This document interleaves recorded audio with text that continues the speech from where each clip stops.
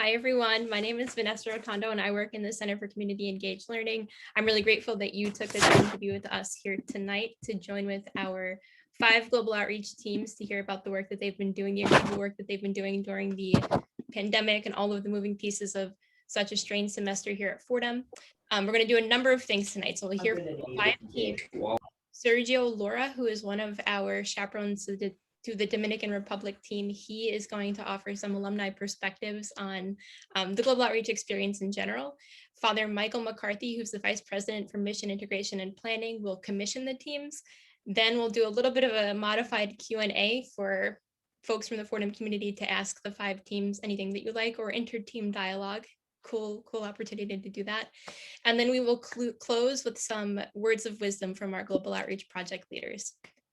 Just a note that Zoom has been playing some games on me today, so it appears you can only chat with me. So if anybody needs anything, feel free to chat with me. But I will now turn it over to Ryan Donovan. Hello, I'm Ryan. I'm on the Rose Hill Go board, and I'd like to introduce Alexis Sino and Jamie Johnson, the Go DR project leaders who will facilitate their team projects.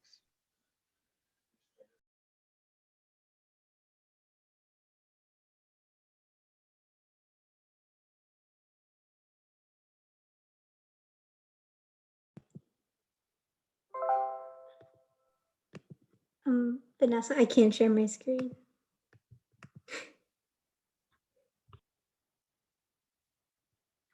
You should be able to now. Yeah, no, I'm good. Thank you. Okay.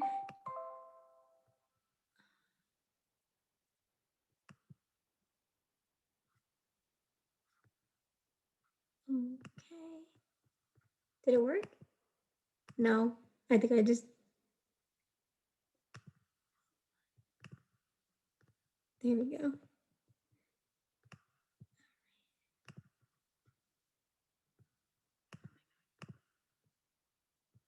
Okay. Can you all hear me okay? Yeah, awesome. Okay. So we are the Go Dominican Republic project. Jamie, if you could say the lovely phrase for me, that'd be great. So the quote we chose is, sean justos lo primero si quieren ser felices, which means be fair first if you want to be happy. Right. So Jamie and I are the co-leaders of this project. Our chaperone is Sergio, and our lovely members are Akia, Carla, Adeleda, and Karen. So our program focused on the Dominican Republic, obviously with the concentration in the Caribbean, and we focused on these following topics. So at first, we kind of just did a brief history of the DR with Frank Kelly, who was our guider in the Dominican Republic. We then got to learn about issues with the economy in the DR, as well as other countries in the Caribbean. We began to explore the Catholic Church and its impacts. So we got to meet with a priest who not only was very welcoming and also told us the problems with the church and how there are a lot of hypocrisies regarding immigration. We got to focus on education and migration with people in the DR. We focused on Venezuelan and Haitian migrant experiences. We also got to meet with students in the DR from a college that Frank Kelly teaches at, and we got to learn about women issues with other women in university.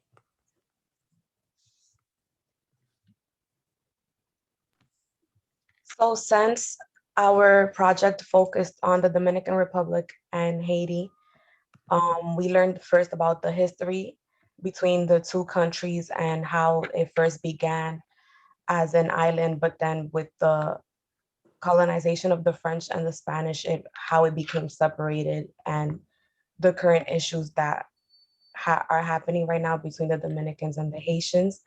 And we also learned about the importance of ethics and the issue of aporophobia in the Dominican Republic. And aporophobia is basically the fear or rejection of the poor.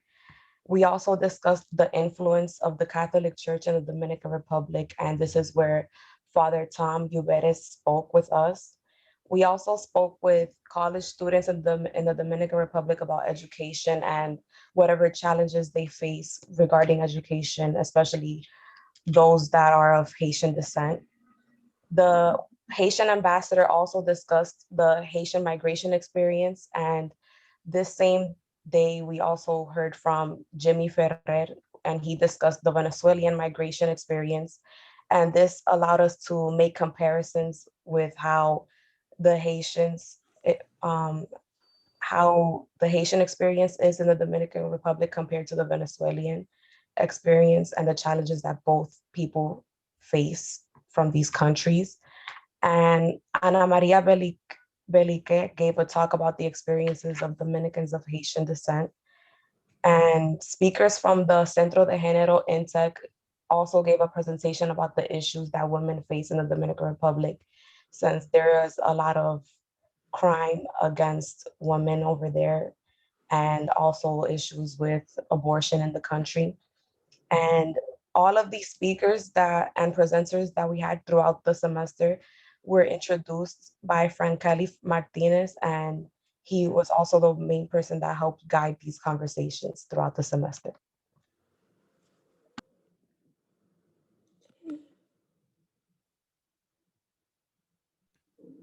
Hello, I'm Carla Rodriguez. I was also part of the Go DR program, and beyond the Go DR program, I feel like with the knowledge and relationship built from the immersive experience, I always feel like inclined to teach others what like I was taught through the program and through the time shared with Frankeli and the rest of the team. I feel like a word that I feel like should go beyond just the program and the time spent with them was a word that Jimmy Ferres gave, and he was the one that introduced the Venezuelan migration in the DR.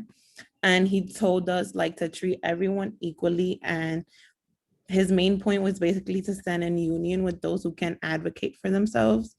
And that also brings me to speak on the clubs and the places and the things already like in place at Fordham that discuss and educate students like on these Dominican and Haitian issues.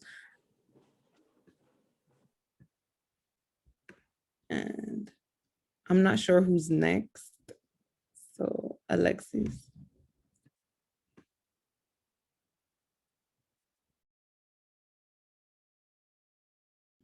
Hey guys, my name is Adelaida and I'm also a member of GoDR.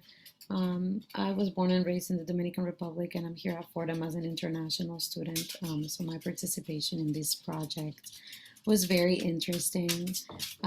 What I take away, like in terms of like values and integration from this whole experience, is equity, inclusion, and belonging, which I like adding that belonging aspect to it because it just like added a layer of like being genuine when we talked about inclusion and initiatives for equity. Um, Also social justice and advocacy, which is something that I'm very passionate about, and how important representation is. So as a born and raised Dominican woman, I have like an even stronger commitment to represent and advocate for my community, and being very aware of my identity and how the different aspects of my identity like intersect, and what like privileges come with it, and power, and as well as the challenges, and make sure to use whatever platform I'm given as a PhD student to advocate for my community. Thank you.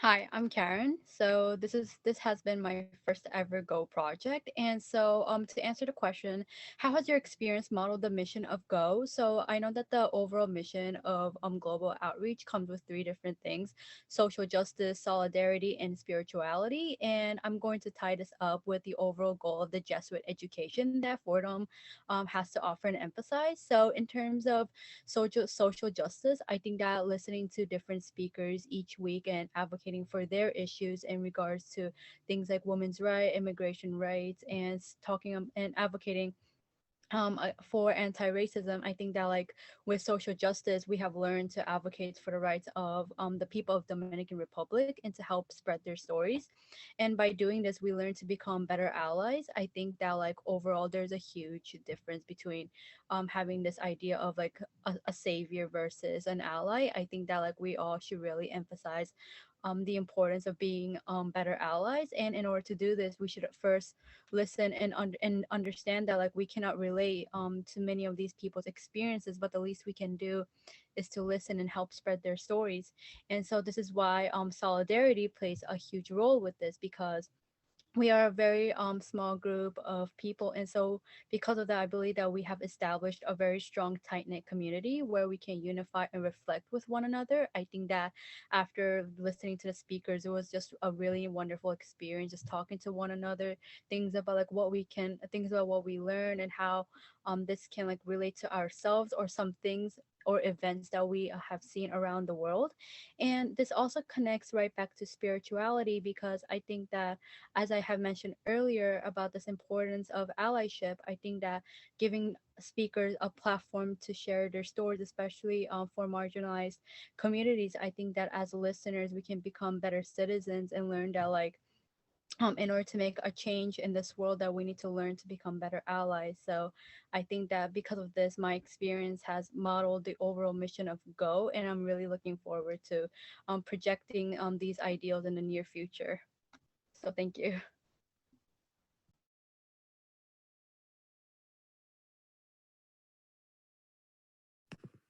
Okay, so we are missing one, so I'm just gonna state the slide. So Kia had put together for us next steps on how we can continue our relationship and learning about the DR. So he argued that we have to defend the rights of Haitian people and Dominicans of Haitian descent, because we did learn a lot about how Haitians experience discrimination living in the DR. So as long as we continue to advocate for Haitians in the United States and regarding to the DR, we can help form a better relationship with the DR and our knowledge of the DR, to stay connected with our guest speakers and Dominican University students. So far, we have connected with everyone. We have all their emails from all the students we spoke with in the DR, and we also have all their social media. So we do plan on staying in touch.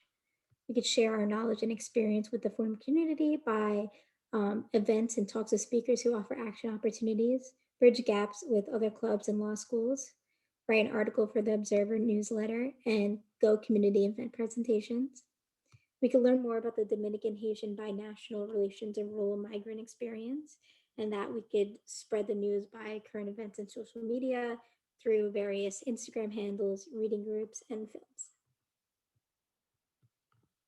So that is all we have. Stop sharing.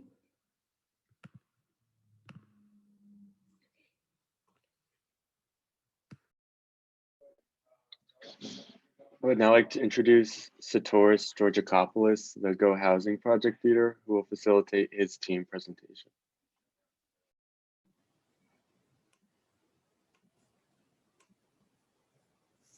Hello, everybody. Let me just put it in the nice present mode. All right. Hi, everyone. My name is Satiros Georgakopoulos. Thank you all so much for being here tonight and for, giving us some time to talk about our experience. So I led the Go New York-based Housing Insecurity and Homelessness Project, which took a specific interest in issues of housing insecurity and homelessness in New York City, as well as how those issues have been shaped with the outbreak of the COVID-19 pandemic. So without further ado, let's jump into it.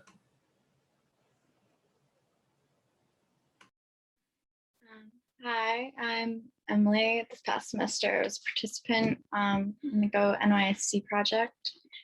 And in this quote, Matthew Desmond says, "It's hard to argue that housing is not a fundamental human need. Decent, affordable housing should be a basic right to everyone in this country. The reason is simple. Without stable shelter, everything else will fall apart." So this really just highlights the basic needs of all human beings and the importance of access to those. And in particular, like Satir said, we focused on the interconnected systems of humans that were built, that like light was shed on during the pandemic. So in that way, we're all like connected, and without stable shelter, we're not truly like living out our humanity.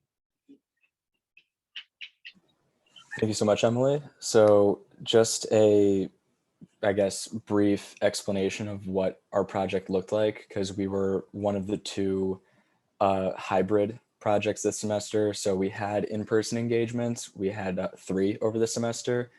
And thank you to all of our partners, of course. We will also be talking more about them very soon. But what that looked like was we had our weekly meetings on Zoom, bringing on occasional guests. We did have our 3 in-person engagements, although we were sure to be as safe as possible. Cecil provided us with PPE kits. We double masked. We were very on top of ourselves with applying hand sanitizer when boarding and leaving public transportation. COVID tests were asked of participating members prior to in-person engagements. So in our effort to try and get in-person service back online, we were sure to be very careful in our doing that. So, hi, my name is Amanda. I'm a Go participant of the Go New York Homelessness Project. And like for this like next section, like me and other like Go participants will be talking about engagements and in-person partnerships. So the one I'll be talking about in particular is when we all went to the 30th Street Men's Shelter, and the 30th Street Men's Shelter is a Department of Homeless Services like shelter like under the government, and at the shelter specifically, basically only like homeless men can stay there, like as in like live there, but it also works as like an intake center where they take like basically anybody can come in, and they will assess everybody who comes in and see like which shelter would basically best like suit their needs. So some of the things like that we did was we were introduced to this by like Mary Owens, who's like a fellow Fordham alum, and she's a program director at this DHS shelter. And the things that we did was like when we arrived, like we were first given a tour of this facility. We were like could ask any questions to Mary that we had about like New York homelessness, and like Mary talked about a lot of like what happens to the people in the homeless shelter and how they secure housing after being put into the system. And we helped out with like handing out like lunch to the people that live there. So we like handed out like their lunch like physically like to them, like we talked to them, we like locked meal tickets, we gave them hand sanitizer and like masks. So like half of us did that, and then the other half of us like worked in the clothing donation room, and like we organized like clothing by like their different sizes, and we basically like sorted their entire clothing donation room. So that's just a little bit about like some of the things that we did at the 30th Street Men's Shelter. Hello, I'm Amelia. I'm a sophomore and a Go participant. I'm going to talk a little bit more about what we learned in our takeaways from the 30th Street Men's Shelter. We definitely learned a lot at the 30th Street Men's Shelter, especially because it was our first engagement. We were exposed to the shelter system and saw how it functioned on a day-to-day basis, which was super informative and helped remove a lot of the stigma that tends to be associated with it. Mary Owens was super generous with her time And at the end of the second day, she sat us down and we had a conversation about the transition to permanent housing and how that works, the DHS police, the amount of people in the shelter system, how the shelter system works generally, and the different resources they offer to their clients. Overall, I think as a group, we were made aware of our privilege and how important it is to understand positions of privilege when walking in to do service. It prompted our group to have a larger discussion on how to enter spaces with care, and how best to serve others, which I think we talk a little bit more about later in our presentation. Lastly, I think it tested our biases and perception of the unhoused community. Amanda and I had a particularly interesting experience when working in the kitchen, and we got to talk to a client named Mr. Lopez. And he talked to us about his goals and how hard he had been working at the shelter and how lucky he was to have that place to sort of get back on his feet. I think we were both really grateful for that conversation, and I think that we both learned a lot from him, and I think it helped break down some of the harmful stereotypes of the homeless community. Hey guys, so my name is Dan Ahern. I'm a senior and fellow Go participant on this project. Back in February, we also had the opportunity to attend a Bronx Community Board 6 meeting over Zoom. We were able to see the general proceedings of the community board. We took more of a listening role in listening to the current issues and pending legislation that's happening locally. And we also had the opportunity to hear from House Representative Richie Torres. And it was refreshing to hear that even in his role as a politician, he still recognizes his role as a public servant in engaging with constituents and local issues. Okay, so throughout the month of March, we collected cans and dry food between Rose Hill and Lincoln Center. And then during the first week of April, we gathered all of the food and set up a table outside of CB6, which is in the South Bronx Community Board 6 building. As we stood there, we took a pretty hands-off approach. So it was pretty interesting to see the hesitancy of neighbors to accept free food, as well as like the immense gratitude and consideration of all the people that took items and leaving extras for other people. So we stood there a little longer because everyone wanted to make sure everyone had their equal share.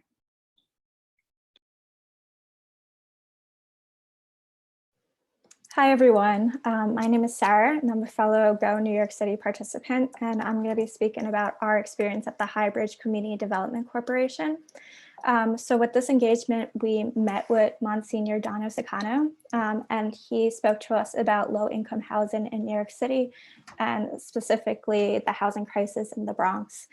And we had the opportunity to hear his experience in the field, working in different positions throughout time, and also being able to hear from him about how the housing crisis has changed throughout New York City over the years.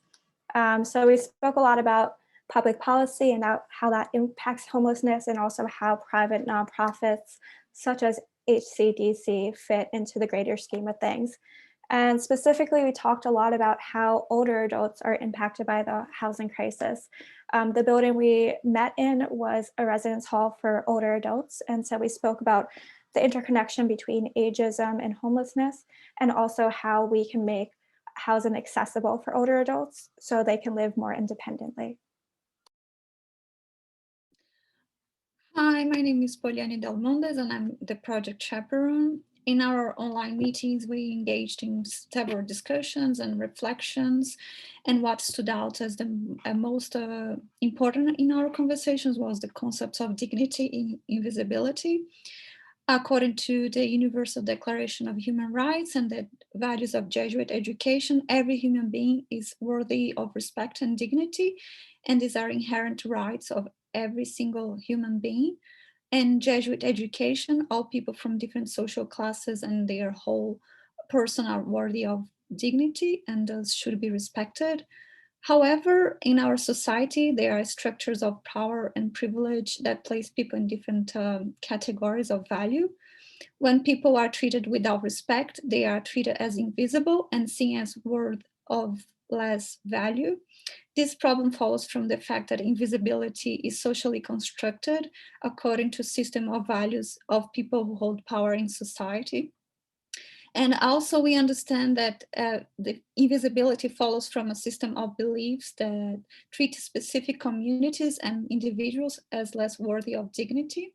So we should combat the stereotypes surrounding those who are treated as invisible, but are worthy of both dignity and respect, which are the homeless people. Hi, I'm Isabel. So another theme we talked about was how New York City has a really extensive reach of programs for the unhoused community.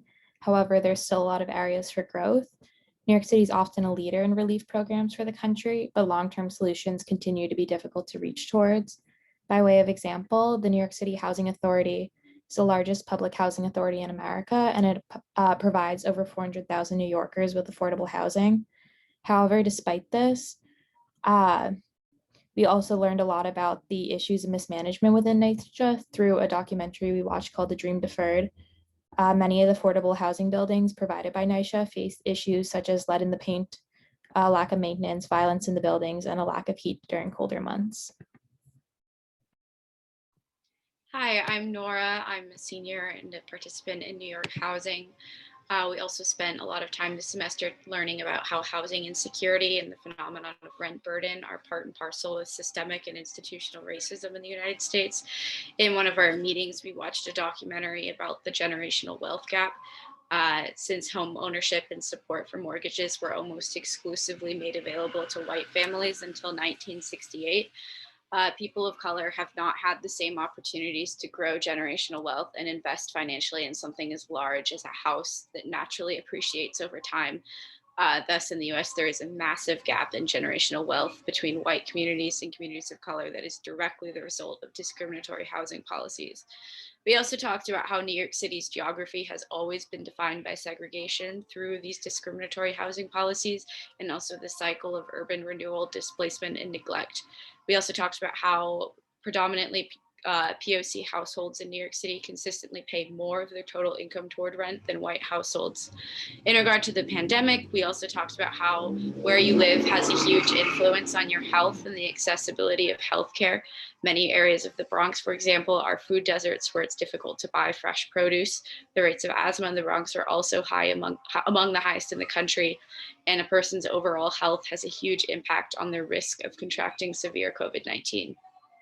Furthermore, working with the organizations we did, it was very clear that the economic fallout of the pandemic has disproportionately affected communities of color because most of the jobs lost have been in the restaurant and hospitality industries. These interrelated and compounding factors have made the blight of housing insecurity and homelessness prompted by the pandemic more intense and devastating in communities of color.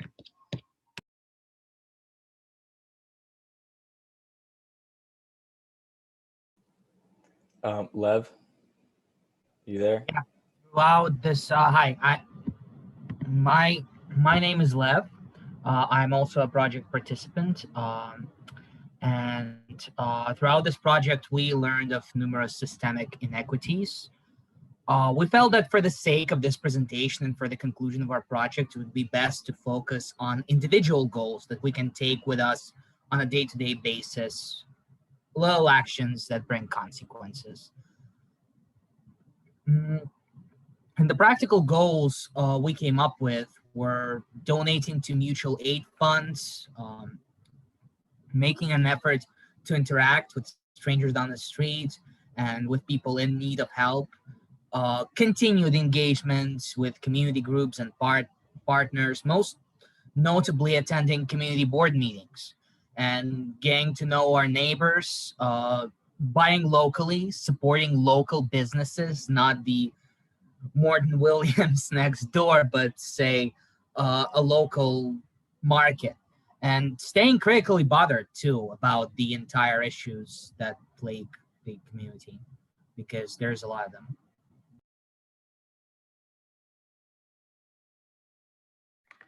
So we've put together a number of articles, documentaries, and other resources throughout this project that we looked at and discussed throughout the semester surrounding more broad topics of service and solidarity, and also the more specific issues that we engaged in of housing insecurity and homelessness. So for those interested in exploring these further, we've attached them below. All right. Thank you guys so much for hearing us talk about our experiences. Of course, for anybody who wants to access any of the resources, I'm sure we can make this public, easily accessible to everybody. Once again, thank you to our community partners. Thank you to Mary Owens. Thank you to Carla Leon with CB6 and Monsignor Sakana with the HCDC. All of you definitely brought our experience and our ability to conduct this project to the next level, and we could not have done it without you. So thank you there, and thank you to everybody here tonight as well. And that's it. Thank you so much to the Go Housing Project and the Go DR Project. That was amazing, both of you. It's my pleasure to introduce Aaliyah Ali and the Go El Salvador Project. Before they go, they sent a really lovely quote for me to share with all of you. So the quote is, "If you have come here to help me, you're wasting your time. But if you believe your liberation is bound with mine, then let us work together," by Lila Watson. And so with no further ado, Go El Salvador.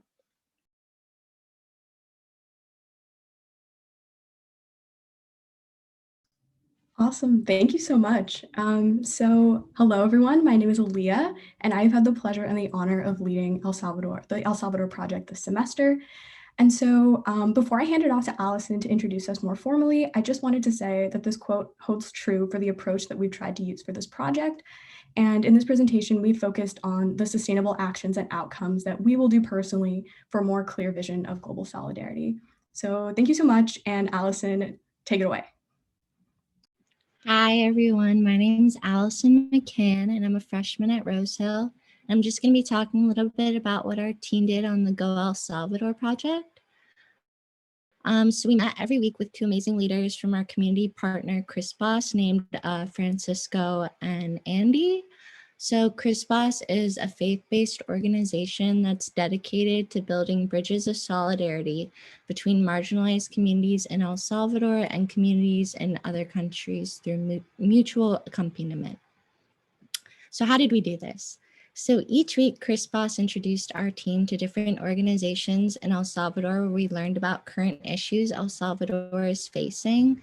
So on the bottom is some of the names of the organizations we met with, and some of the issues we discussed were displacement or disappearances due to the civil war in El Salvador, migration, sweatshops, environmental issues, and women's rights issues. In our final meeting, we had the opportunity to meet with a couple named Kevin and Trina Yonkers, who were kind enough to introduce us to a support group for Latina women in the Bronx. So Aaliyah is going to be giving a little bit more details about the group, but our discussions on women's rights and Go had a large impact on me. So my plan for sustaining the solidarity we have begun creating is to become more involved and attend meetings regularly when I'm on campus next year. Awesome. Thank you so much, Allison. And so I'll pick it up. So I wanted to talk briefly about our meeting with Kevin and Trina Yonkers-Talls. And so we had asked to meet with them, and we asked to draw upon their experiences as Americans living in El Salvador, and they were genuinely so wonderful. And at the end, Trina graciously invited us to a group of Latina women in New York City that meets for support, and she invited us to check it out. And a few of us did safely. And so it was a group of around 20 women, and we had one-on-one conversations with a few women who so kindly, unsolicited, shared their stories about living in America and feeling invisible. And so in this particular group, most of the women are undocumented. I mean, some do have documentation, but they are experiencing other forms of struggle. And so specifically, it's a group for older Latina women, which are often a group of people who are ignored on a larger societal and social scale. So I just wanted to emphasize this is a space where women are known, respected, seen, and heard. And in this space, it's their opportunity to become visible and known. And they were genuinely so kind. And a lot of the women had teenagers that were thinking about college, but were sort of unsure about the process. And as I'm sure of many of you, or almost all of you know, that the process is super daunting and confusing. And so to that end, we are planning to have a professor or an administrator and a few students go in to speak to the women about the college process. But this is just only one step in hopefully forging a larger relationship with Fordham students and this group. We hope to have people from Fordham more involved if they'll have us, most importantly, on their terms. We do not want to impose our will at all, and we hope to continue to sustain the relationship by formally partnering.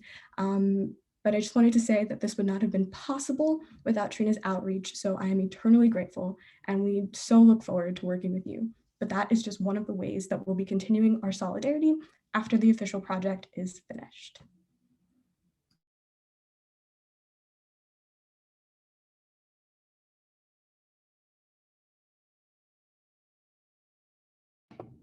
Hello, everyone. I'm Afra. I'm a sophomore at Lincoln Center. And one of the ways that I'm choosing to sustain the solidarity created during this Go trip is by publishing a series of articles in collaboration with Aaliyah, who just spoke, to show the complexities and nuances behind service learning through our own personal experiences, through things like Go, and through some less great examples, as well as I personally have had an experience outside of Go, which wasn't as intentional and ethically guided as Go likes our experiences to be. So it's important for me to juxtapose the two organizations. It's not going to be a informative or academic approach, but rather a kind of personal reflection and narrative, and what we hope to be the beginnings of us bringing awareness to the subject of service learning. We plan to publish on a variety of online platforms with the specific audience of college students and even more specifically Fordham students in mind.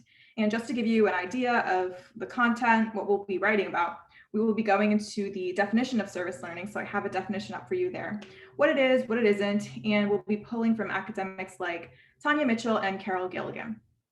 We're also going to talk about our own personal experiences, questions, and challenges in humanitarian action. And neither of us, as I said earlier, it's not going to be informative. We aren't going to have answers. Neither of us have answers now and may never have answers to questions, to huge questions like, what is my role as a global citizen of the world? If I have duties to others, how do I fulfill them?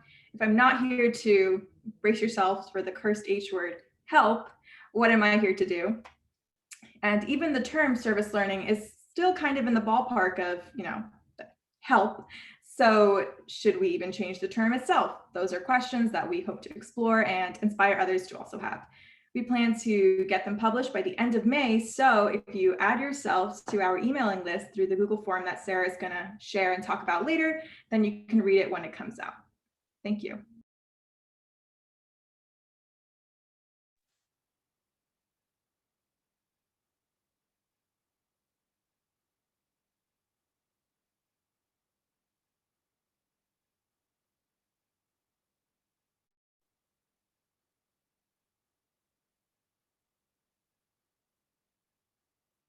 Hi, Jacob. I don't think we can hear you.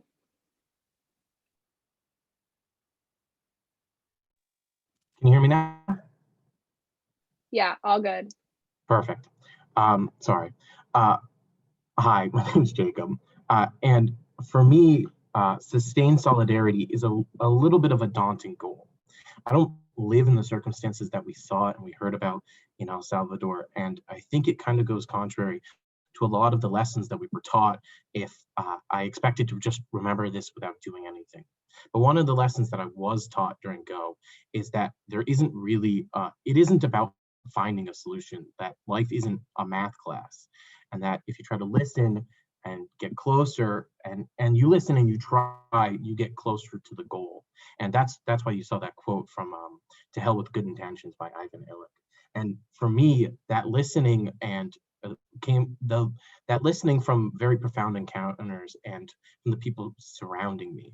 Andy and Francisco are leaders in our encounter, and the rest of the people on the team shaped who I am and who I want to be. And I want to work tirelessly and put in the effort that I saw that these people put into our larger project. So for me, I've created a master list of resources, some of them you can see on the screen now, of places in El Salvador, places that are a little bit of El Salvador here, and also more information about there. Almost $6 billion were sent home by Salvadorians to support local businesses and to support the people of the country. And a little bit of the action that we can take here, and at least for me, is supporting those spaces. And we can continue our solidarity in a supportive yet not invasive way. Thank you.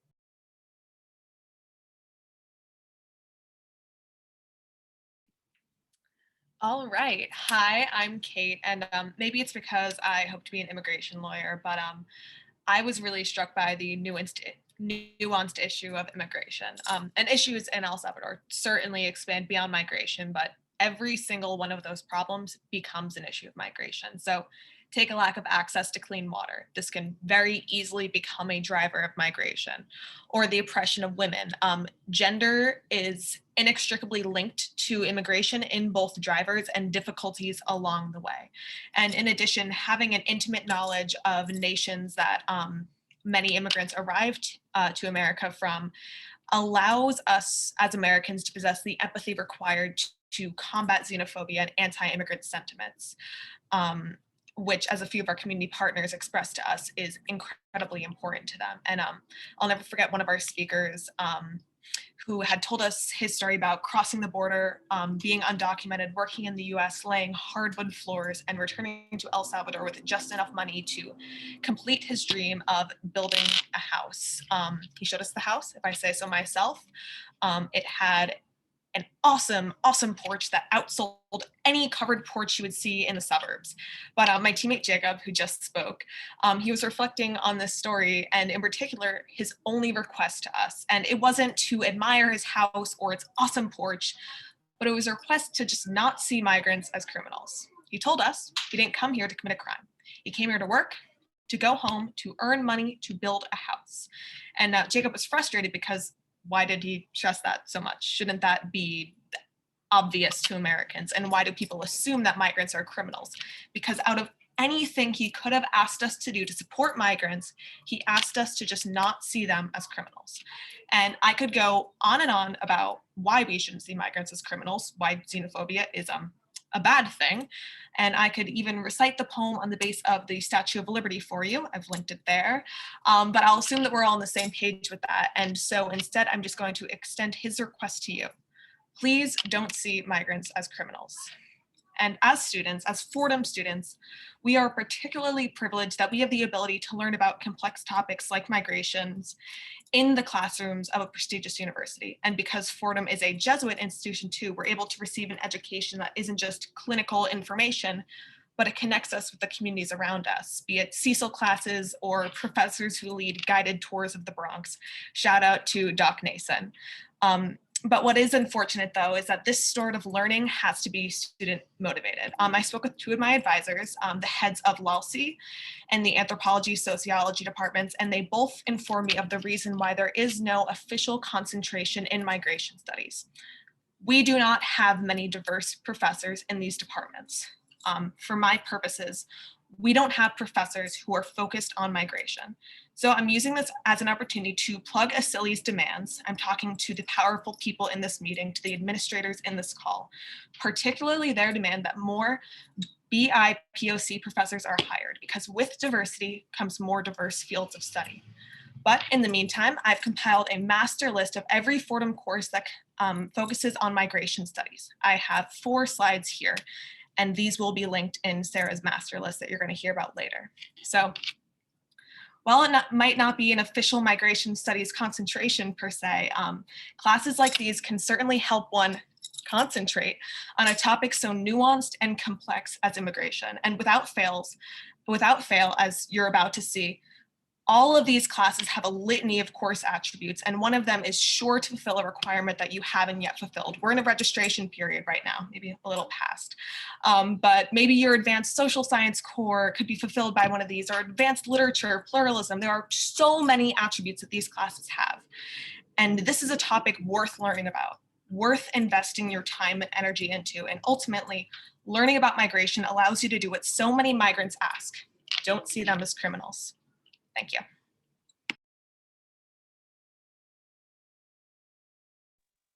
Hi, I'm Sarah, and I wanted to share with you all this quote today that was shared with me last year. Resistance is not a one-lane highway. Maybe your lane is protesting, maybe your lane is organizing, maybe your lane is counseling, maybe your lane is art activism, maybe your lane is surviving through the day. Do not feel guilty for not occupying every lane. We need all of them. And this quote just illustrates to me that we don't always have to actively be doing something for things to happen or for progress to be made. And that is not to say to rest on your laurels and not do anything. Rather, it is to say to recognize when to take a step back and to take care of yourself when necessary, because I know that I cannot help others if I cannot help myself spiritually, emotionally, and mentally. And this type of well-being is essential, I think, especially in the world of social justice. And in going out from here, I know that I and my group members will take with us all that we have learned from global outreach to stand in solidarity with marginalized voices and being helpful, open-minded, and lending a listening ear to anyone who needs it. And talking to people about the injustices which go on in this world, which is, I think, vital for the holistic wellness of the global community that we live in. But to close, thank you, Aaliyah, for leading the group, and Eric for chaperoning, and Andy and Francisca at Chris Fest for hosting it and making this project possible every week. And if you'd like to follow along with our sustained solidarity, there is a Google form, which maybe I can share with Vanessa, who can share it in the chat. Okay, cool. And also a master list of all the resources if you want to learn more. And yeah, that's it. Thank you.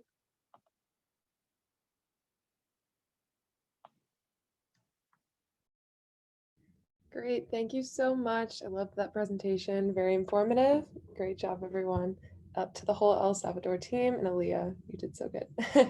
All right, so next I'll be introducing our alumni speaker, Sergio Laura, who will be sharing about how his career trajectory has been impacted by a love of service that started through Go. So Sergio is the Assistant Director of Research and Technology at the Center for Career Education at Columbia University, and he graduated from Fordham in 2013 with a degree in computer science and is currently serving as the chaperone for the Go Dominican Republic project.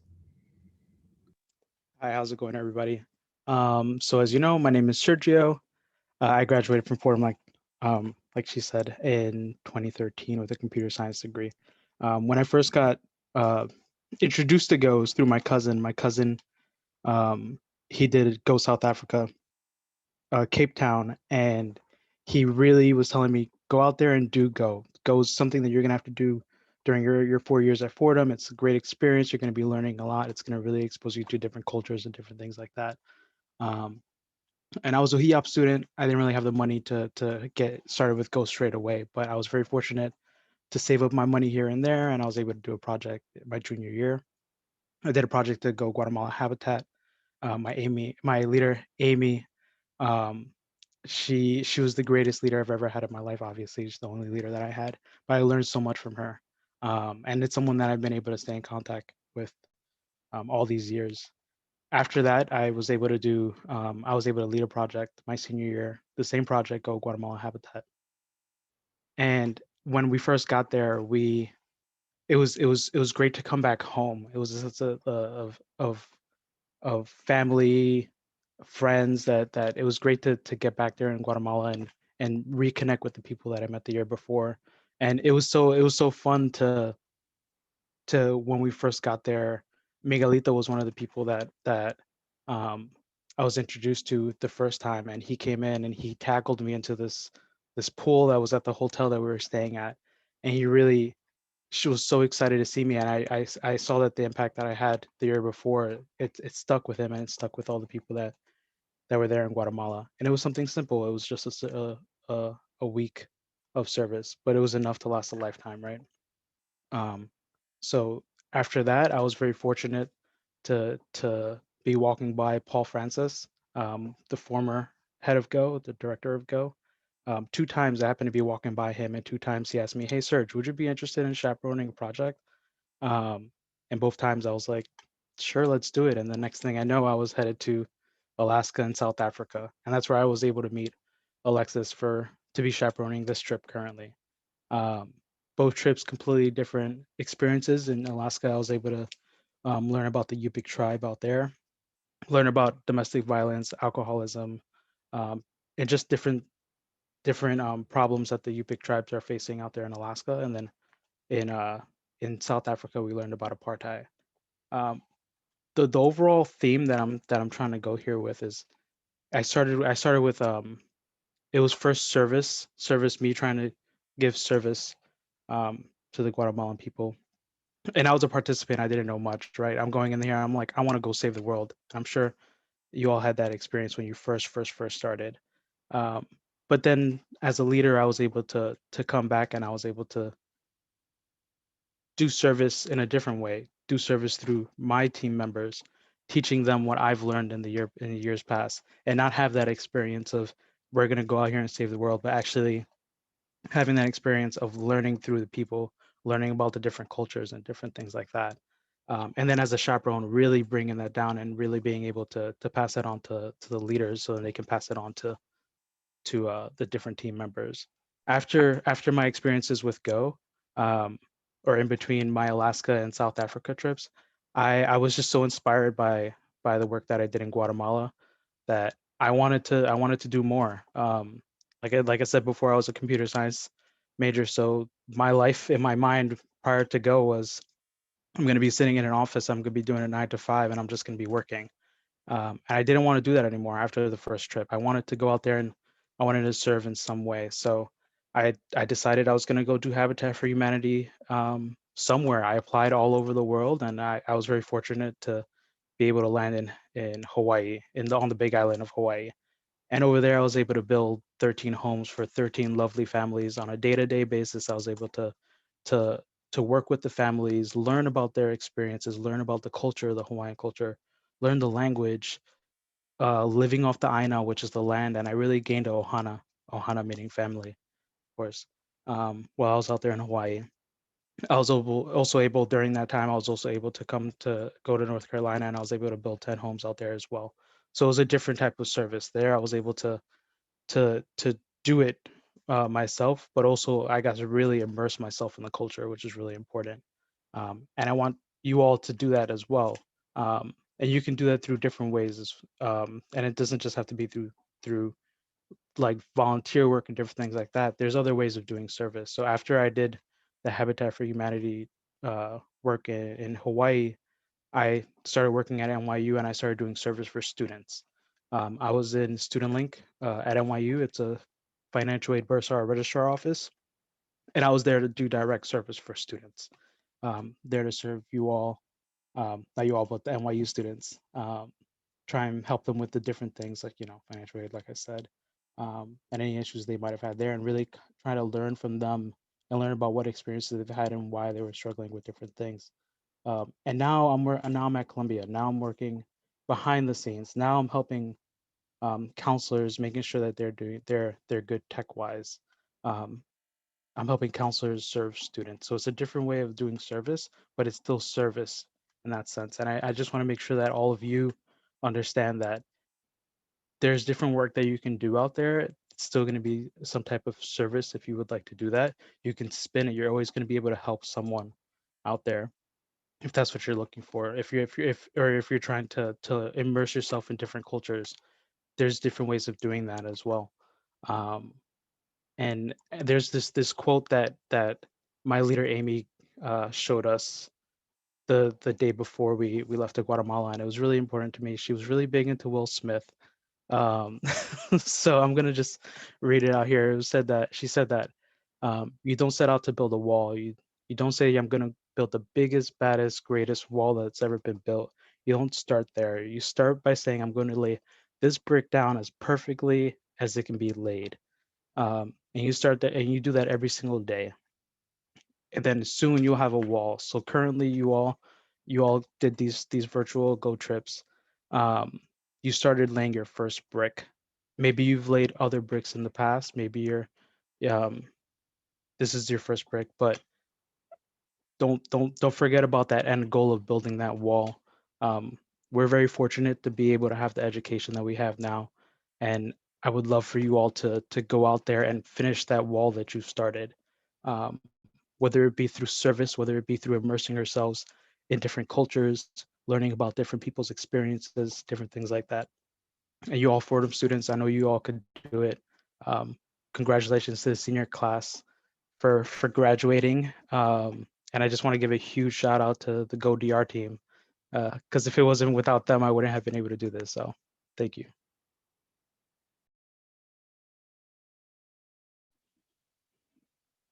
Thank you, Sergio, for sharing your experience and being with us today. Next, I'd like to introduce Rachel Lena, the Go Chicago project leader, to facilitate their team presentation. For their quote, they chose, "I don't know what your destiny will be, but one thing I know, the only ones among you who will be really happy are those who will have sought and found how to serve."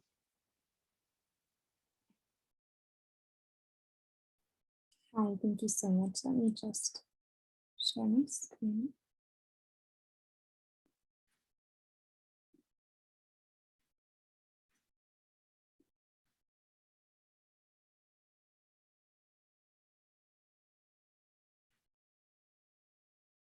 Okay, so hi, my name is Rachel Lena. I am the leader, team leader for the Go Chicago project this semester here at Fordham. So first, we're just going to start and introduce the project a little bit. So this project was formed with the goal of informing a select group of Fordham students about the hardships faced by people of color in Chicago through an LGBTQ+ lens. Hi, my name's Erin. I'm the chaperone for this project. And we partnered with the Brother David Dark Center to gain as much exposure as possible to the conditions in Chicago, while of course being fully virtual on Zoom. It is this virtual format that allowed us to safely interact with liaisons from the Brother Dark Center, Rachel Lyons and Javier Rodriguez, as well as speakers from other organizations on the ground in Chicago that we wouldn't have had the opportunity to speak with had this project been done completely remotely in New York. And the Dark Center began in 2002 on the south side of Chicago in response to the growing need for young adults to be educated on issues of social justice in the hopes that they will take that education and act intentionally within their own communities. Hi, my name's Izzy and I'm a member of Go Chicago. So for our Go project, we decided to have 4 core values that would guide most of our discussions. The first core value is intersectionality. So we wanted to examine the various ways in which race and gender intersect with the LGBTQ community. We also discussed the unique challenges that can arise when someone faces discrimination due to their intersecting identities.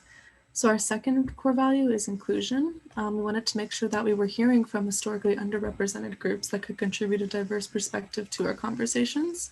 So some of the groups, for example, that we heard from were members of the LGBTQ community, as well as a formerly incarcerated member of the community. We included these voices in an attempt to create an authentic space in which we directly heard from the voices by those who were affected by the issues that we are discussing. Hi, I'm Gracie. Another one of our core values is solidarity. We hope that through listening and learning, we can unite with the LGBTQ+ community and additional marginalized communities around common goals for creating a more equitable society for all identities. And this also includes on our own campus as well. And finally, education is a salient value for our project, especially being online. Not only did we commit to educating ourselves on issues in the community through a BIPOC lens, but we also committed ourselves to unlearning internal prejudices that we had and relearning how to be as inclusive as possible to all people. Hi, I'm Mia. I'm a sophomore on this project. And like Gracie said, one of the main missions of our project was to educate ourselves. Through the readings that we did and the speakers that we talked to, we have become better equipped to have conversations about LGBT plus rights and racism with our families, friends, and our classmates. And through these resources, we have also began to address and unlearn our own biases, which is extremely important because a lot of times people ignore their internal issues about these topics when they're discussing them. And then another main mission of our project was to practice anti-racism. And one of the ways that we did this was by bringing light to topics that are often ignored throughout our discussions. For example, we spent one meeting talking about the prison system and how it disproportionately harms members of the LGBT plus community and people of color. Hi, I'm Elizabeth, and I'm also a sophomore on this project. Continuing with our mission to educate ourselves on anti-racism, we focus on intersectionality to better understand the struggles of people who identify with more than one marginalized group. Through reading BIPOC literature and group discussions, we discussed the socioeconomic implications of the multifaceted levels of discrimination people with intersectional identities face on a daily basis, and we learned about ways that we could be better allies within our communities, starting here at Fordham in the Bronx. Lastly, our final mission in this project was to foster a collaborative environment to speak about these issues as a community. As previously stated, we worked closely with the Brother Dar Center throughout our time, and they connected us with several different speakers who spoke with us about their experiences and educated us on how their intersectional identities influence their perspectives. This ultimately revealed the ubiquity of systemic discrimination in everyday life, and it brought awareness to our own individual allyship and allowed us to grow as a community and really encompass the core values of the project.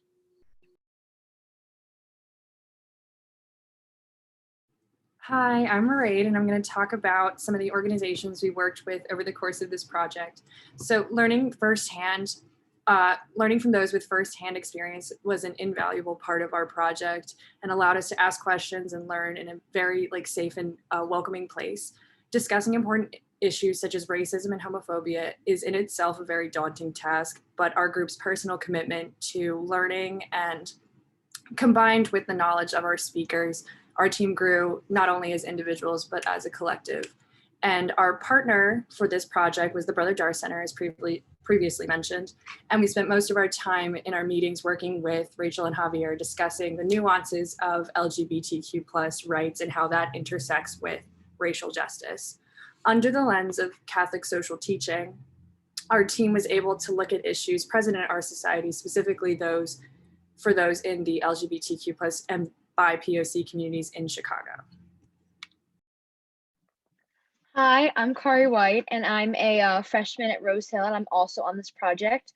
Another organization that we worked with was Black and Pink, which focuses on how police and the incarceration system enforces structural racism, upholds the cruelty of the Jim Crow era, and attacks members of the LGBTQ plus community. We were privileged to have Rob, a member of this organization, speak with us about his own experiences and the ways that he was treated unfairly due to his being a member of the LGBTQ plus community. It was a really eye-opening meeting for all of us. The Lighthouse Foundation was the third organization that we worked with. It was formed by the Lighthouse Church of Chicago, which is a predominantly Black and queer faith-based community. They created this organization in order to combat the racism the BIPOC members of the LGBTQ plus community face in Chicago, both micro and macroaggressions. We had the privilege of speaking with Morgan, a member of their organization, who as a Black trans woman has and still does face a lot of prejudice on both inside and outside of Chicago. She taught us about overcoming prejudice, being true to oneself, and remembering that everyone makes mistakes and is owed forgiveness.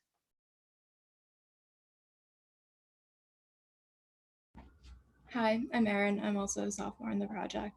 One sustainable outcome that we thought of is through having more diverse educational core. One way of having this is through more diverse topic options. For example, right now the school only offers 30 Harry Potter philosophy sections, which is supporting a controversial author, versus only one philosophy course on Native American philosophy. Hi, I'm Maria. I'm one of the juniors on this project. Another area that our project aimed to maintain sustainable outcomes in is through Fordham residential life. A primary concern that our team had was with trans exclusionary housing policies.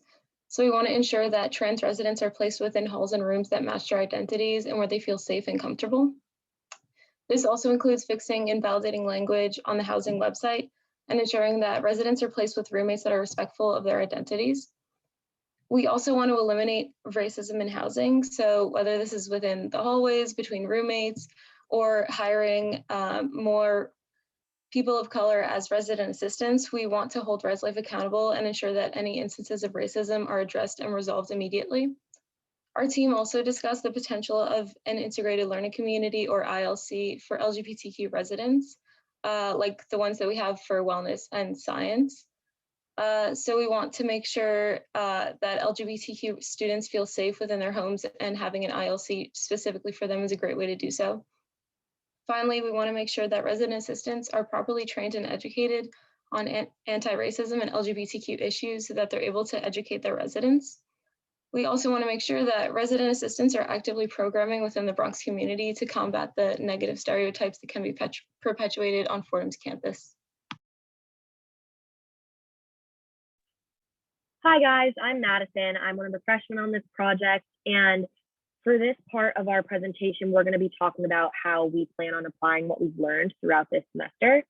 The first way we thought of was converse. So basically, one of the greatest parts of this project was the knowledge that we collectively gained as a group, especially through our partnership with the Brother Darst Center, alongside with the various speakers that we heard from that were talked about earlier in this presentation. And I personally feel and believe that I can speak for the entire group in saying that we all feel that we're now equipped with facts and knowledge that will allow us to have the tough conversations that do need to be had in our society in order to make change.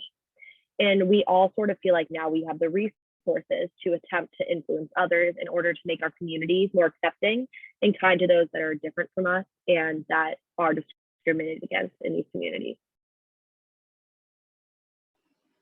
Hi, my name is Nicole, and I'm another freshman involved in the program. And secondarily, we want to shift the narrative.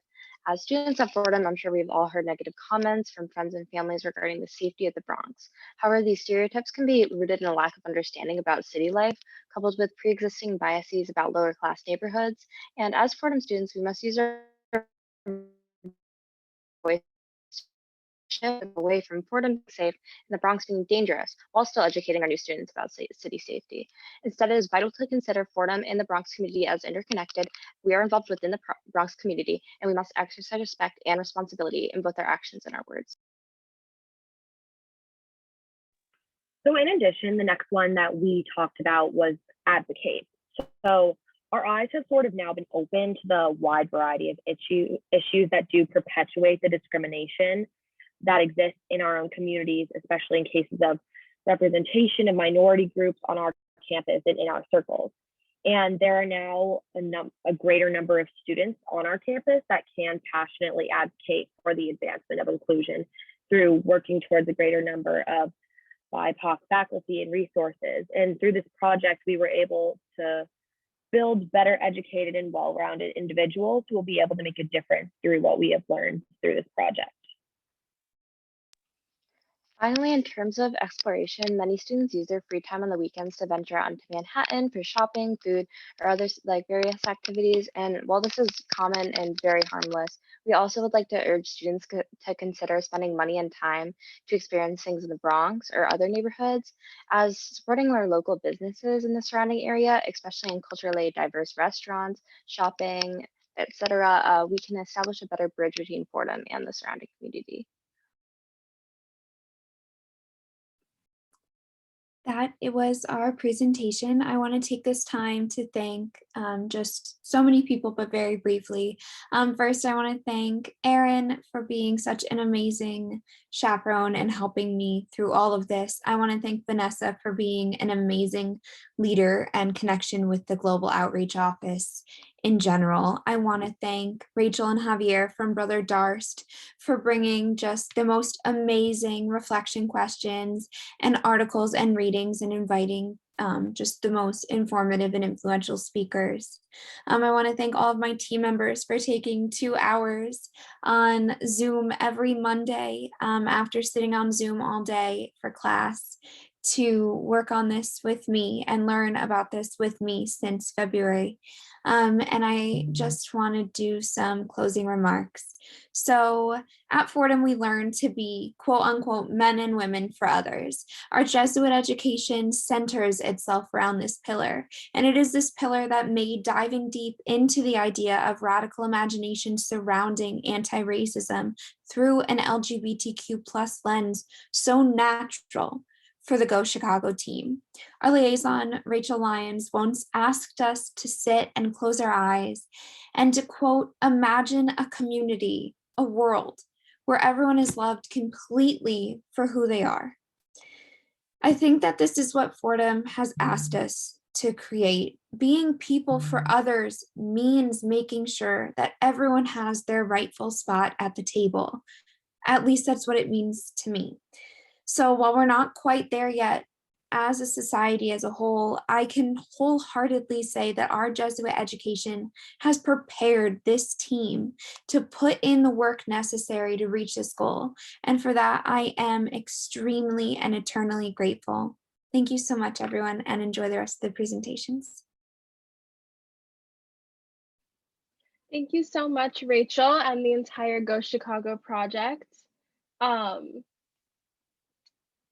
Did somebody just raise their hand? I was trying to click the clap button. That was an accident. No worries. Next, I'm really excited to introduce the Go Bronx is Blooming project led by Emma Paolini and Blanca Sarmiento. And the quote that they gave us today is, remember, you are all people and all people are you. Remember, you are this universe and this universe is you. Remember, all is in motion, is growing, is you, by Joy Harjo. So with no further ado, the Bronx is blooming.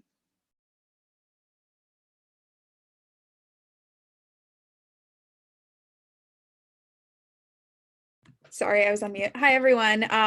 Thank you all so much for coming tonight. Oh, I clicked the wrong button again. I'm so sorry. There we go.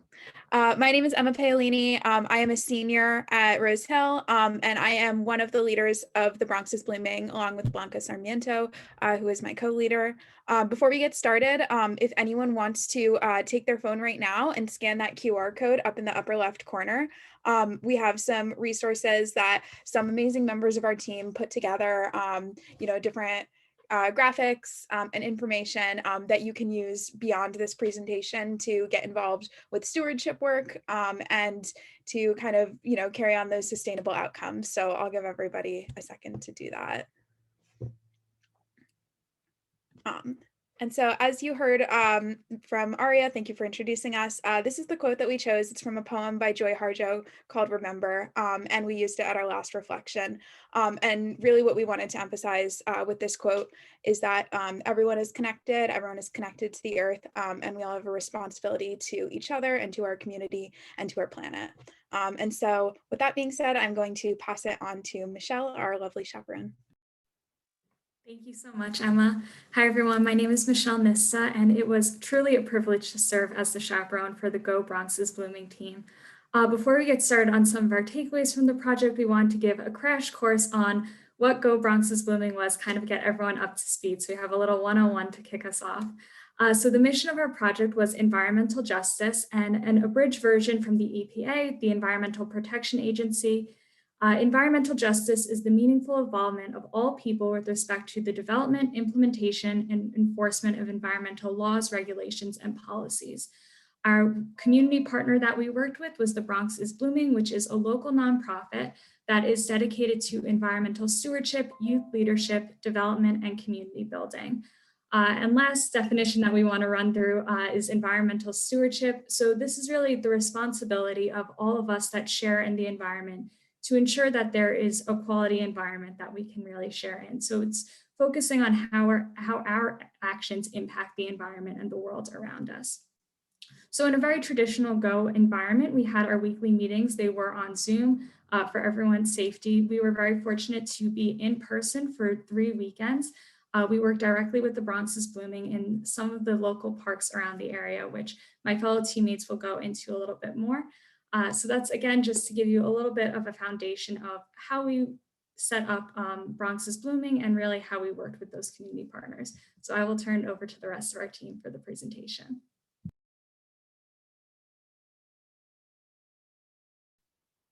Hi, I'm Allie. I'm a junior. Just to kind of explain why we care for the environment, why you should too. The environment gives us so many different things. There are 4 kind of main ways the environment serves us. It provides provisioning services. So that's what the environment provides us with. So food, water, fuel, natural medicines, stuff like that.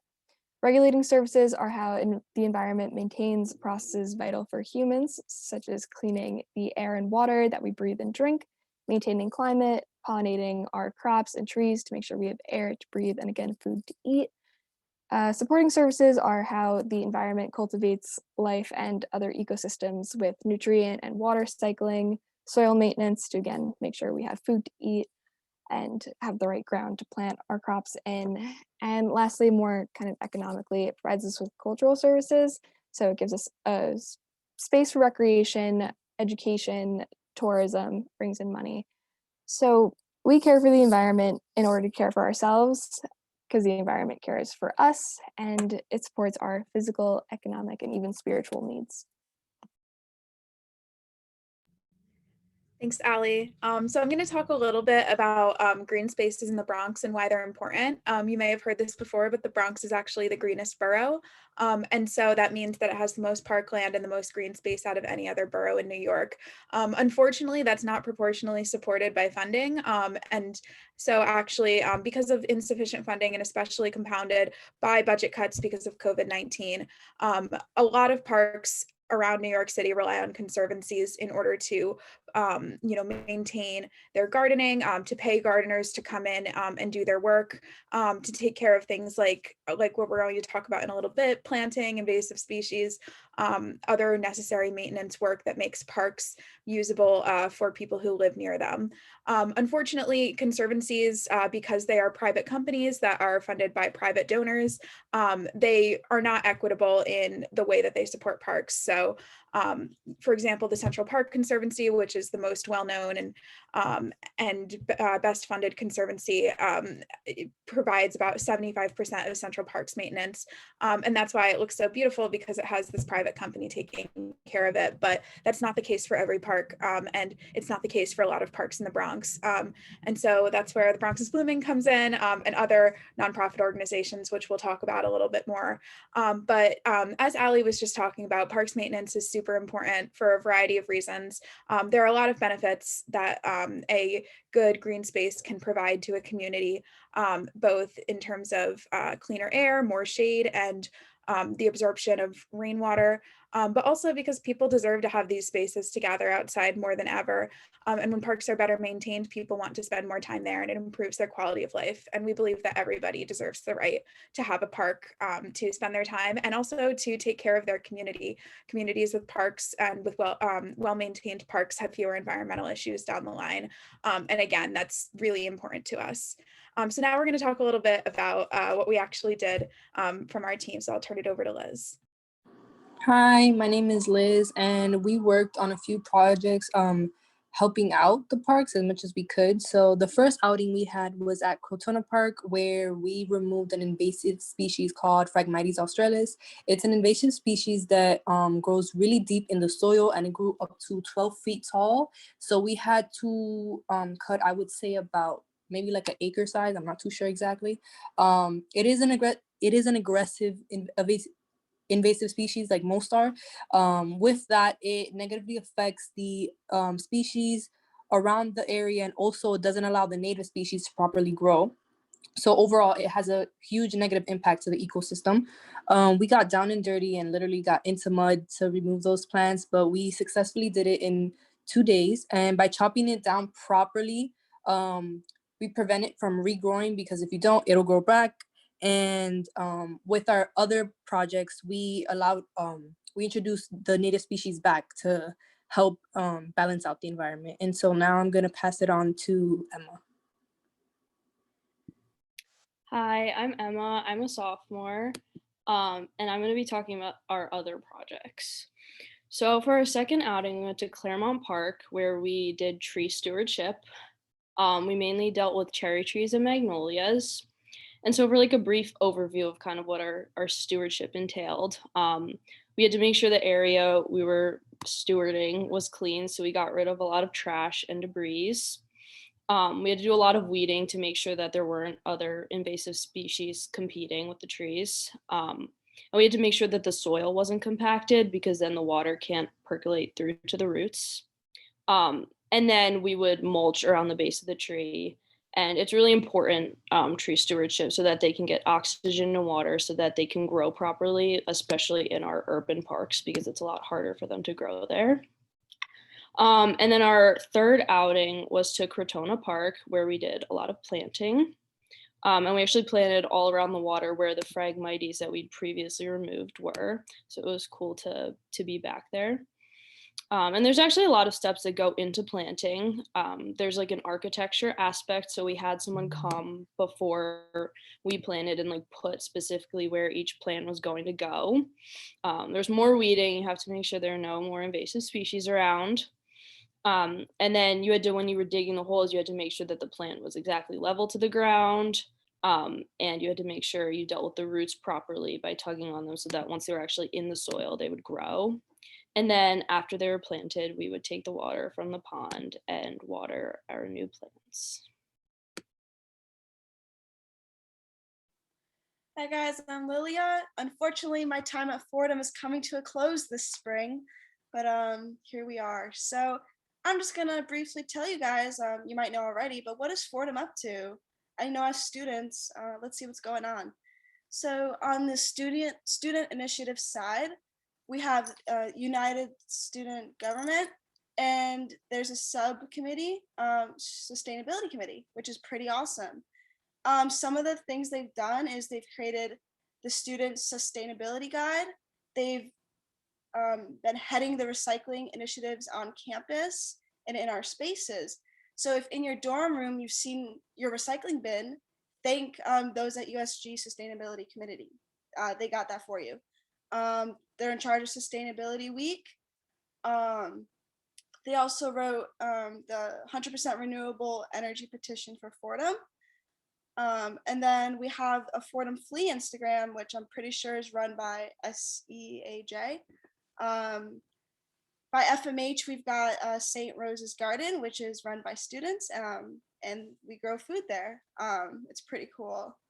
And then we have our environmental clubs both at Rose Hill and at Lincoln Center. Then we also have the climate impact within the social innovation collaboratory. Then we have like our project with Go, and hopefully future volunteer opportunities. So stay tuned if you're interested. And then on the administrative side, which is pretty cool, we actually have a compost initiative with the New York Botanical Gardens where we send our brown compost, so like our leaves and branches that are cut, and we bring it right over across the street, and they take care of it for us. We have a sustainability council on the administrative side, as well as like with the students. People are pretty familiar with like LEED certification. And so we have 3 Rose Hill buildings that are LEED certified, and then 1 Lincoln Center building, which I think is the law building. And then we also have some adaptive reuse, especially on our Rose Hill campus, since many of our buildings are old. So instead of destroying them and rebuilding, we take advantage of the structure already standing. And then if you come to Rose Hill, we've got a lot of solar panels on the roof of the parking garage at Rose Hill. So that provides power. And I'm pretty sure we give that power back to the New York grid. I know there's some sort of connection with that. So we've got a lot going on, and it's kind of hard to see sometimes. But Fordham is making an effort. Pretty cool.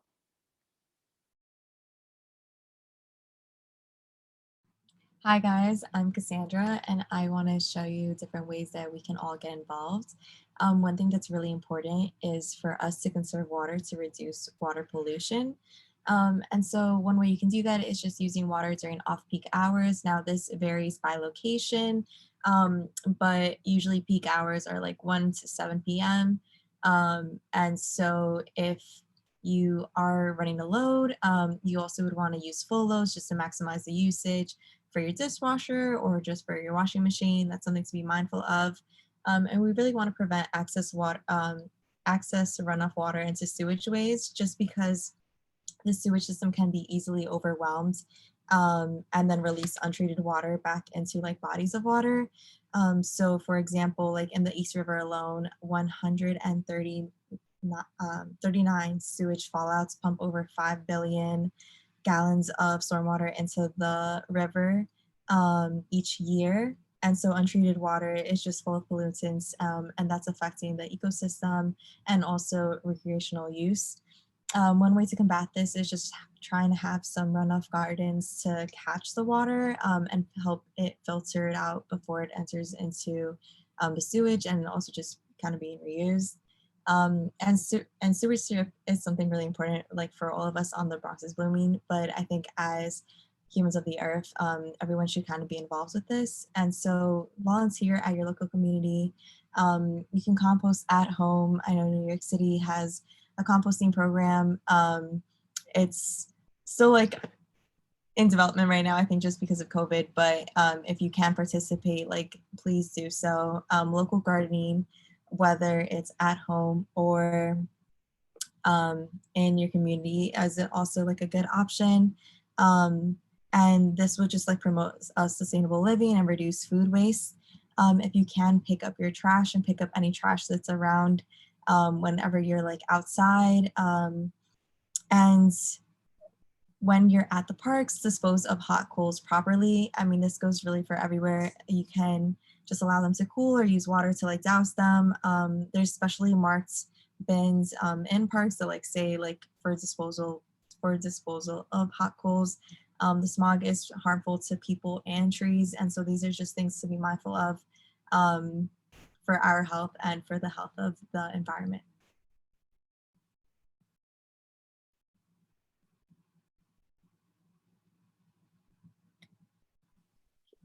Oh, just real quick, on that page were just some of the links, like the petition and the energy guide that students have made, if you want to check that out. Yeah, I'm Amelia, sophomore, and I'm just going to speak briefly on how you yourself can visit the parks that we help do stewardship work for. We spoke about and reflected on as a group a couple different times how it's such an advantage for us to be engaging with the Bronx community, that we can continue this engagement as long as we're in the New York area. We can visit the parks, kind of see the work we did, and also continue volunteering with the Bronx is Blooming. So to get to Claremont Park, which is where we did tree stewardship, you can take the BX41 from Webster Ave and Fordham Road, which is just past Walgreens off the Rosedale campus. And you take that to Webster Ave and Claremont Parkway. And then to get to Crotona Park, where we worked on a different part of the pond than what's pictured there, but it's right where we were. You can take the BX17 from Fordham Plaza, just right outside Starbucks, TJ Maxx. And you take that to the Crotona Park building stop, and you're right there in the center of the park. And of course, if you don't already, please follow Bronx is Blooming on Instagram. And they really make it very easy to engage yourself and to go out for a day or for every single week to volunteer and do park stewardship and just be out in these Bronx green spaces and get to know the community and the environment of the community that we all have the advantage of spending our Fordham years in.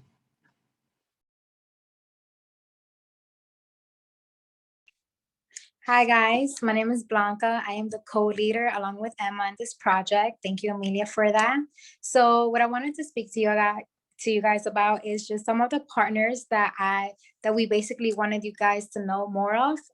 There's tons of partners that work, with local parks, specifically in the Bronx, which is super near Fordham, and it's not far at all. If you guys have the time, especially with summer coming up, to dedicate some of your spare time to reaching out to these partners and local organizations to kind of like just go and help some of these parks like we've been doing for the past months. And so we spoke about briefly the importance of maintenance, especially that the parks need.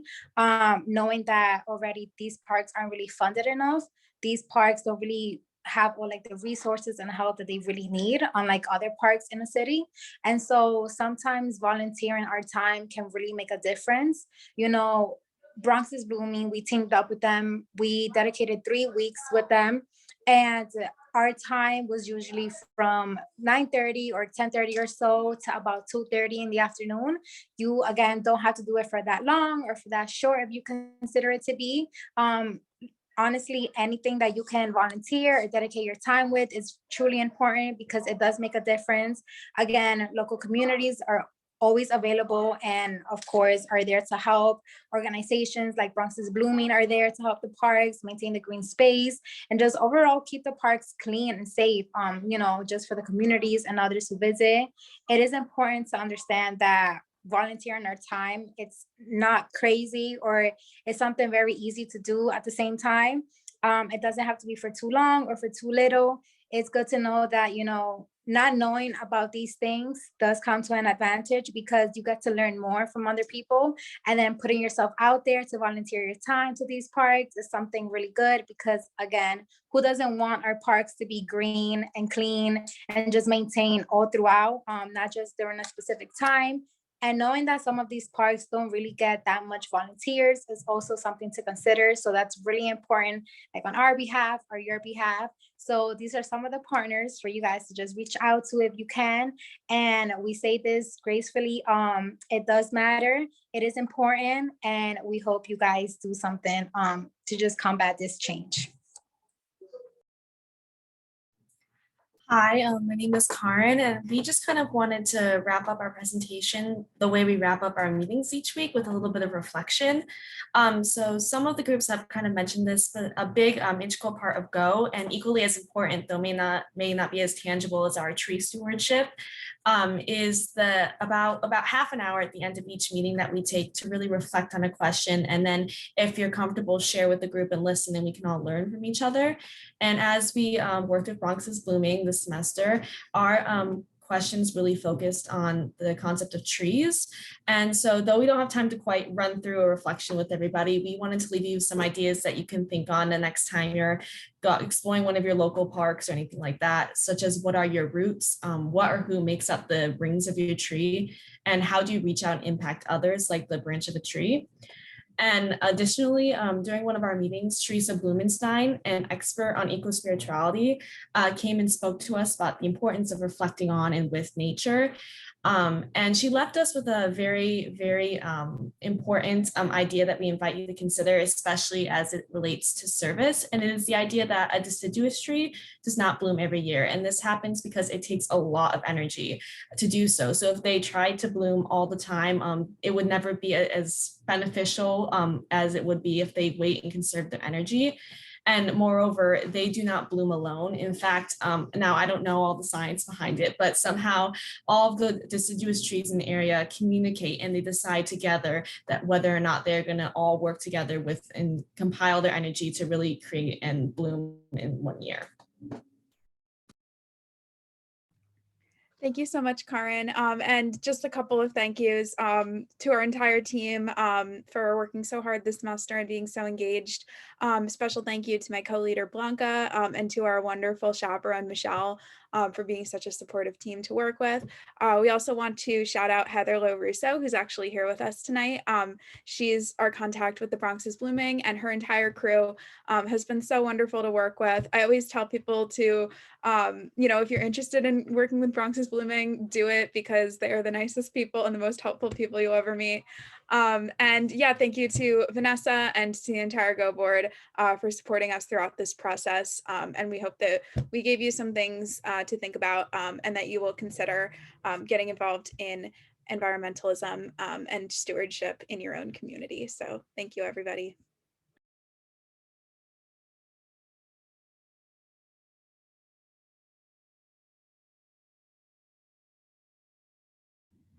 Awesome. Thank you, Bronx's Blooming team. That was a wonderful presentation. Okay, and thank you to all our teams, because now we will be moving into the commissioning portion of our ceremony here. So I'll be introducing Father McCarthy, who is the Vice President for Mission Integration and Planning at Fordham University. Father McCarthy oversees campus ministry, the Center for Religion and Culture, and the Center for Community Engaged Learning. So without further ado, Father McCarthy, we welcome you to commission our teams. Well, thank you so much, Ali, and thanks to everybody for your presentations. I feel as though I've learned an awful lot. I loved the significance of what you were recently saying, that deciduous trees don't bloom every year because it takes so much energy for them to do so. And I love the question of having to reflect on where are your roots. So I'm just thank you, and it's kind of getting late, so I won't go very long. But before I do the commissioning, I just want to thank everybody for being part of this. Whether you are a participant or you are a leader or a chaperone, it's just great to have you engaged in global outreach. And I know that this has been a crazy year, so I'm just especially grateful and really just impressed at how you have been able to do so well and so many good things and grow. And hopefully next year will be a different kind of a year. But and then a shout out to Vanessa and to all the CCEL staff and the Go board for all of your help too. One of the things that I heard, I think it was Cassandra, talked about we are humans of the earth. So with that, this spring, we humans of the earth have run 5 Go projects. Amidst the coronavirus pandemic, our project leaders have persevered with their enthusiasm to demonstrate their lived commitment to the transformative experiences afforded by Go. Father Pedro Arrupe, who is the head of the Jesuits, called on Jesuit education worldwide to use their imagination to be open to the signs of the times. And in response to the coronavirus, our world has had to employ innovation to respond to the rapidly changing times in which we find ourselves. So through a new model of global outreach, your engagement with issues such as housing insecurity, environmental justice, migration and immigration, and anti-racism through the LGBTQ+ lens has created opportunities of dialogue and critical learning. Some of you have had in-person engagements on weekends, and all of you have had deep conversations facilitated by community leaders. Some of us we're privileged to have here tonight. The cycle has seen a distinct intentionality placed on sustainable outcomes of global outreach. More so than doing something just to do it, your leaders have been encouraging you to discern your way as contemplative leaders in action. As active participants, you've been thinking of what this project matters outside of your formal Go role as true carriers of this Jesuit mission that we're all part of. So continue to think critically about the conversations that you've had, the speakers you've met, the bonds you've created in the weeks, months, and years from now. As St. Ignatius, who is the founder of the Jesuits, said, "She who seeks to transform the world must start with herself." And it's our distinct hope that your personal transformation has begun as a result of this experience. As we mark your participation in global outreach, we'd simply like to commission you as agents of change in our community. When a brand new ship is ready to set sail, we say that it's commissioned, it's set off. And so the commissioning event is arranged by the ship's builders and the shareholders and serves as a public declaration that the vessel is seaworthy and ready for voyage. So the commissioning then is the literal launching point of the ship's active service. So we commission you all, you who are engaged in global outreach, and I just want to say God bless you. In everything that you face, in all that you're planning to do this summer, in everything that you do in the rest of your time at Fordham or the time beyond Fordham, we really just wish you well, and the same kind of love and enthusiasm and commitment that you have shown tonight, we send you forth in the world with all of our blessings. And so with that, I turn it back to the Go leaders.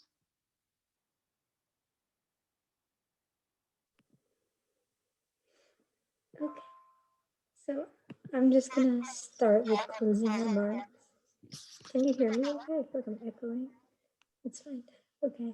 Um, so first, I think we would like to thank Sergio for being an amazing chaperone. He's been my chaperone twice now and has been the best and my only chaperone, and I wouldn't want to do this 100,000 times with anyone else. So do appreciate him working with us. Thank Jamie, my co-leader, for literally being the best co-leader we could have. We just have laughs together and we always get everything that we have to do done. And of course, my amazing team who literally pulls through every single time and is amazing and not only cares a lot about the topic, but make sure they're really engaged in it as well. And of course, we got to thank Frank Kelly and all the speakers who came to us because we got to learn so many different perspectives. And with the information that was provided with us, we're going to keep with us at Fordham throughout our remainder time. Unfortunately, mine ends way too soon, but also after we graduate as well. And of course, we want to thank Fordham Go and Vanessa for helping making this an incredible experience, even though it was virtual.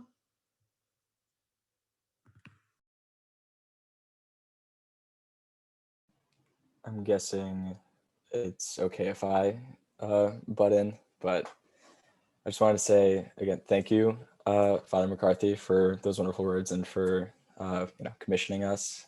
Ready for my sea voyage. But thank you, Vanessa, for just being so helpful, especially during the often unsure times of trying to, consolidate a project together. Thank you, Polly, my chaperone, my rock, for everything, and just for being a person to bounce ideas off of and talk to, and having another voice on this project. Thank you, everybody on my project: Emily, Amanda, Amelia, Dan, Lev, Sarah, Isabel, Nora. If I missed you, I'm really sorry, but you can yell at me later. But so many of you were just so enthusiastic, and also many of you were very knowledgeable about housing insecurity, and definitely added to the quality of this whole experience and of our learning. And I just want to take a moment to hammer this home one more time. For my team, I'm sure you guys will be rolling your eyes, but to talk a bit about sustainable outcomes and gearing ourselves going forward. Myself, as well as many of my fellow teammates, are seniors. And many of us won't be at Fordham next year. We'll either be working or continuing education or doing some other new adventure. And we were particularly concerned with what we could do in those contexts, because many of us in these coming years will be, somewhat atomized in new cities and new places. And to borrow from what Carol Gibney told us when she was a guest speaker during one of our meetings, Go and Cecil basically turns you from a cucumber into a pickle. And now that you're a pickle, you can't go back to being a cucumber. And that speaks to when you become aware, I'm sorry guys, when you become aware of these issues in a greater sense than you were before, you need to remember to stay critically bothered. We say, Fordham says, go forth and set the world on fire, but remember to keep that fire within yourself lit and fed throughout your life. Sometimes we feel the need to, shine extremely brightly, but we'll often burn out or not know where to go. And I just hope that we can take that enthusiasm and that energy and let it fuel daily consistent awareness, the ability to stay critically bothered, and action when we have the capacity to act. So once again, thank you all so much for this amazing opportunity and amazing experience.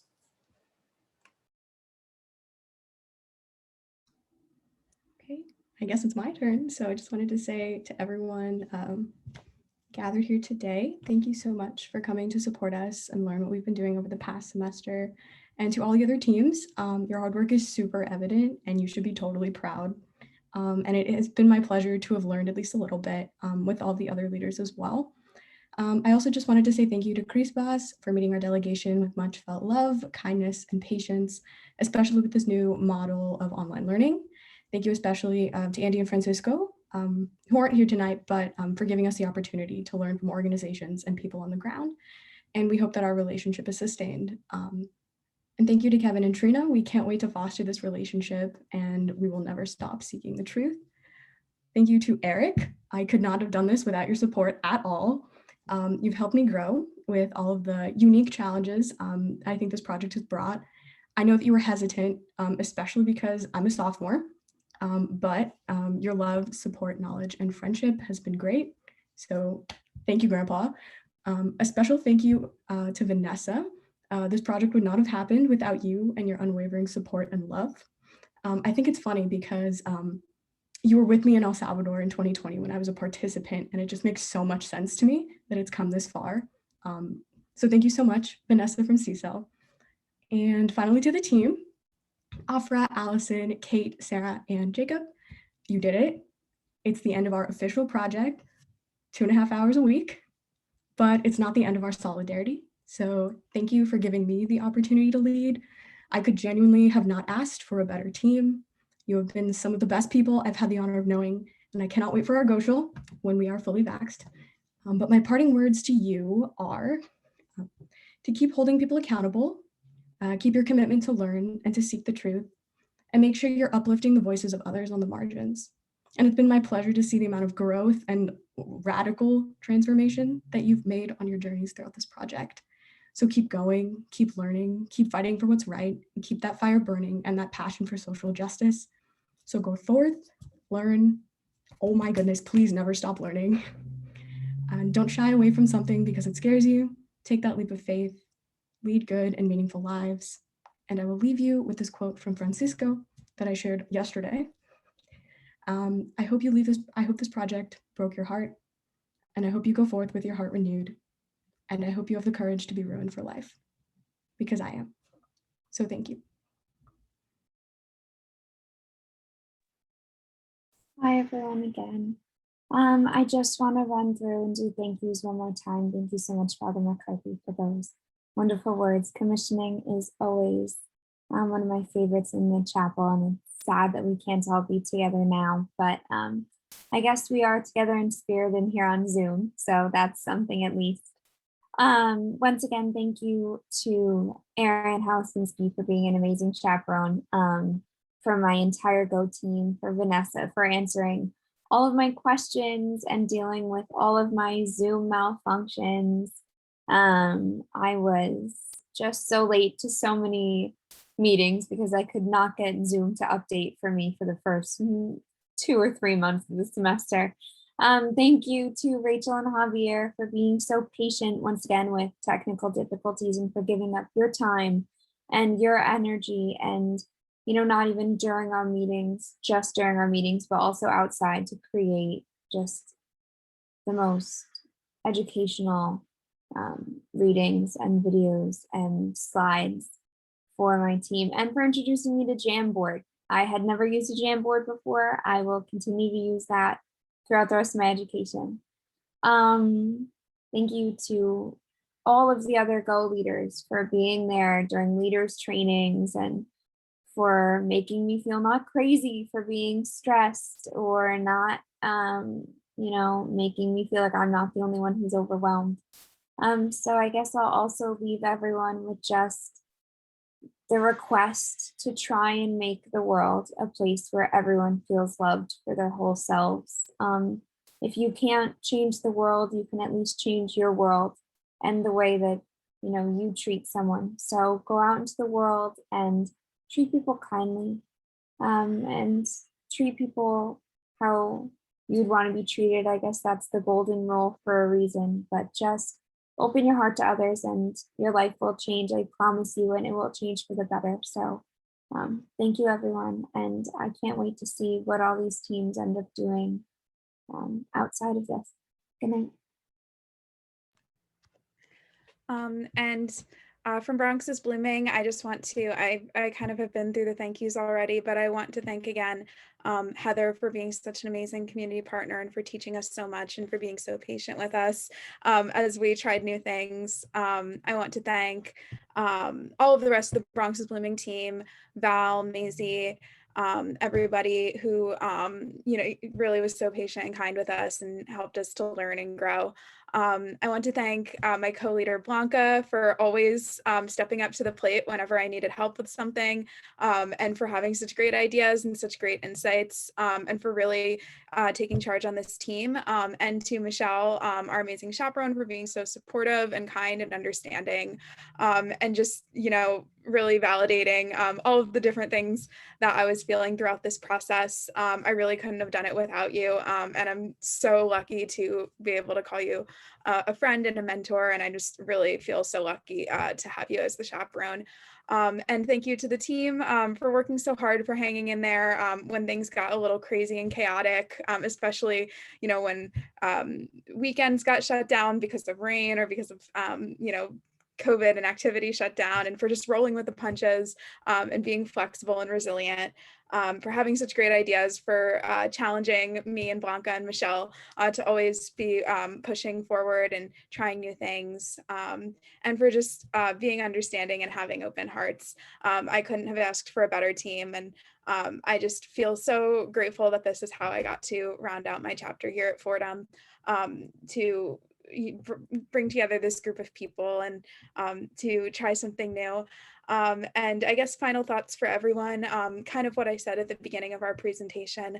You know, we have such a responsibility to each other and to our community. And I think that taking care of the earth that we live on is just the first step. And I think that it can be symbolic of the responsibility we have in so many ways, whether that's, you know, fighting against injustices, fighting against things like structural racism and poverty, and, you know, classism and all different forms of injustice. And I think that it starts right here with our communities, with the people we know.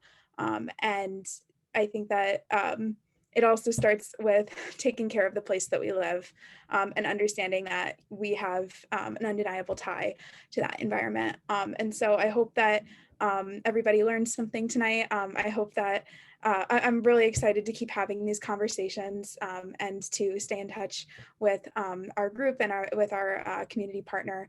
And I will definitely be looking forward to finding ways to get involved with stewardship wherever I end up living next year. And I hope everybody does too. And yeah, I just want to thank you all again for being here and for being so supportive. And I'm really excited to see what the future holds. So thank you, everybody. Thank you all for all of the hard work that you've been putting in this semester. I know it's been a tough cycle with lots of moving pieces, but the work that you've done certainly stands for itself. Shout out to your project leaders for dealing with me the whole semester and all of the moving pieces that you all had to deal with too. I know it wasn't easy. I know there were many ups and downs, but you made it through. And I also want to thank Father McCarthy for commissioning folks and for Sergio for sharing his words of wisdom. I know a number of folks indicated that they had resources they wanted to share. I will follow up with you all via email tomorrow to share those all in one spot. I know some of you might have messaged me, but the chat was kind of moving a lot. So I will follow up with that and share that with you, but I'm really grateful that you have been compiling things like that. And on that note, you have finished your global outreach commitment for the spring. So I'm really grateful for all of your perseverance and commitment through an entirely abnormal cycle. And I think that's kind of the magic of Go, right? Is that we're still able to make something really beautiful come out of such a unpredictable context. So thank you for your hard work, and have a good night, everyone.